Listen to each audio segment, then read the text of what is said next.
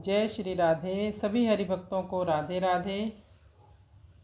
श्रीमद् भगवद गीता अध्याय 8 और श्लोक संख्या 14। अनन्य चेता सततम यो मां स्मृति नित्यशः तस्याहं सुलभ पार्थ नित्य युक्तस्य योगिना।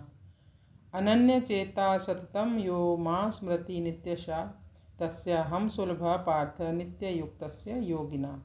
पीछे के श्लोकों में भगवान ने अष्टांग योग से मिश्रित भक्ति के बारे में चर्चा की, जहाँ भगवान ने कहा था कि अपनी प्राणवायु को अपने ब्रह्मरंध्र में स्थित करो। भगवान ने सभी इंद्रियों को संयमित करने के लिए कहा, लेकिन इस श्लोक में भगवान कहते हैं मुझे पाना बहुत ही आसान है, सुलभ है। तस्याहं सुलभ पार्थ, अर्जुन को कह रहे हैं मेरी भक्ति सुलभ है। साथ ही साथ 3 शर्तें भी रख दी। पहली है अनन्य चेता, जिसका चित्त भगवान को छोड़कर किसी भी भोग भूमि में, किसी भी ऐश्वर्य में किंचित मात्र भी नहीं जाता, जिसके अंतःकरण में भगवान के सिवाय अन्य किसी का कोई आश्रय नहीं है, महत्व नहीं है, वह पुरुष अनन्य चित्त वाला होता है। जैसे पतिव्रता स्त्री का पति का ही व्रत नियम रहता है, पति के सिवाय उसके मन में अन्य किसी भी पुरुष का रागपूर्वक चिंतन कभी नहीं होता। शिष्य गुरु के और पुत्र माँ बाप के प्राण रहता है, उनका दूसरा कोई इष्ट नहीं होता। इसी तरह से भक्त भगवान के ही प्राण रहता है। अनन्य भाव से भगवान का चिंतन करने वाला होता है अनन्य चेता। दूसरी शर्त भगवान ने रखी सततम। सततम मतलब निरंतर भगवान को याद करना। सततम यो माम स्मृति नित्यशः। सततम का अर्थ है जब से नींद खुले तब से लेकर नींद आने तक जो मेरा स्मरण करता रहे।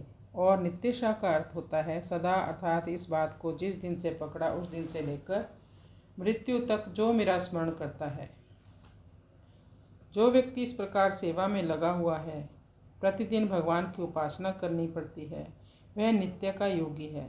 तो क्या भगवान ने गलत कहा कि मुझे प्राप्त करना सुलभ है? हाँ, अष्टांग मार्ग से भक्ति मार्ग सुलभ है। अष्टांग योग की विधि बहुत ही मुश्किल है, लेकिन भक्ति योग में भगवान के नाम का जाप करना है, भगवान को भोग लगाकर महाप्रसाद पाना है, हरिनाम संकीर्तन करें, हमेशा भगवान को कहें कि मैं आपका हूँ, आप मेरे हो प्रभु। ये शरणागति का भाव है, लेकिन ये सब कुछ मन से करना होगा। भाव से भगवान ले जाते हैं। भगवान ने कहा है भाव का भूखा हूँ मैं, भाव ही सार है, भाव से मुझको भजे तो उसका बेड़ा पार है। अष्टांग योग में नाक पर नज़र टिकाओ, ध्यान लगाओ, क्या मिलेगा इन सब से? क्या भगवान के दर्शन हो जाएंगे ये सब क्रियाएं करने से? नहीं। सुलभ रास्ता क्या है? भगवान का जाप करना, भगवान के विग्रह का दर्शन करना और हमेशा भगवान के भाव में रहना। लेकिन हम क्या करते हैं, हम कुंडलिनी को जागृत करने में लग जाते हैं कि इससे हमें भगवान की प्राप्ति हो जाएगी। पूरी उम्र निकल जाती है कुंडलिनी जागरण करने में, लेकिन भगवान की प्राप्ति नहीं होती। भगवान ने कहा तस्याहं सुलभ पार्थ नित्य युक्तस्य योगिन। ऐसे नित्य युक्त योगी के लिए मैं सुलभ हूँ। यह नित्य युक्त चित्त के द्वारा निरंतर चिंतन करने वाले को कहा है। श्रद्धा प्रेम पूर्वक निष्काम भाव से खुद भगवान में लगने वाला। जैसे कोई ब्राह्मण अपने ब्राह्मणपने में स्थित रहता है कि मैं ब्राह्मण हूँ, क्षत्रिय वैश्य आदि नहीं हूँ। वह अपने ब्राह्मणपने को याद करे या ना करे, पर उसके ब्राह्मणपने में कोई फर्क नहीं पड़ता। ऐसे ही मैं भगवान का और भगवान मेरे है, इस नित्य संबंध में दृढ़ रहने वाला ही नित्य युक्त होता है। ऐसे नित्य युक्त योगी को भगवान बड़ी आसानी से मिल जाते हैं। भगवान के सिवाय शरीर, इंद्रियां, प्राण, मन, बुद्धि ये सब अपने नहीं हैं, केवल भगवान की ही संपत्ति है, भगवान ही अपने हैं। ऐसा दृढ़ता से मानने पर भगवान बहुत सुलभ हो जाते हैं, बड़ी आसानी से मिल जाते हैं। परंतु शरीर आदि को अपना मानते रहने से भगवान सुलभ नहीं होते, क्योंकि ये तो यहाँ की चीज़ें यहीं रह जाएंगी। भगवान के साथ अपनी भिन्नता और संसार के साथ एकता कभी नहीं होगी और हो सकती भी नहीं है। इस रीति से मनुष्य की भगवान के साथ अपने आप स्वाभाविक अभिन्नता है और संसार के साथ अपने आप स्वाभाविक भिन्नता हो जाती है। अनन्य चेता भक्त की दृष्टि में एक परमात्मा के सिवाय अन्य किसी की सत्ता न होने से उसका मन अन्य जगह कैसे जाएगा, क्यों जाएगा, कहाँ जाएगा? इसलिए वह स्वतः ही अनन्य चित्त वाला हो जाता है। फिर है सततम यो माम स्मृति नित्यशा। एक तो करना होता है, एक होना होता है। जो करते हैं वह क्रिया है और जो अपने आप होता है वो स्मरण है। तो भगवान के साथ अपने नित्य संबंध की स्वतः होने वाली स्मृति है, वो स्मृति क्रिया है। भगवान के स्मरण में खास हेतु उनमें अपनापन है।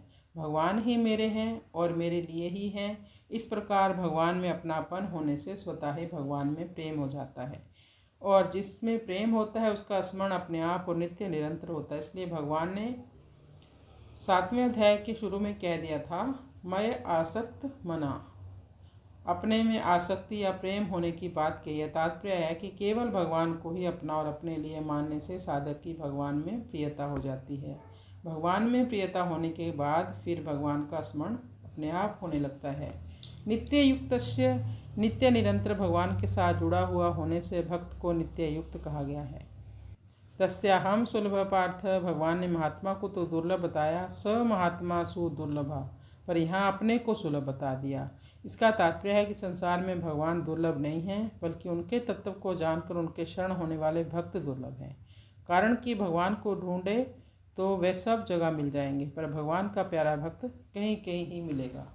तभी कहा है, हरि दुर्लभ नहीं जगत में, हरिजन दुर्लभ होए।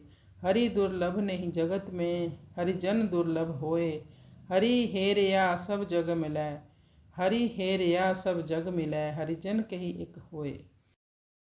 भगवान कृपा करके जो मनुष्य शरीर देते हैं, उस शरीर से जीव अनेक योनियों में तथा नरकों में भी जा सकता है, परंतु भक्त कृपा करके भगवान की ही प्राप्ति करता है और कराता है।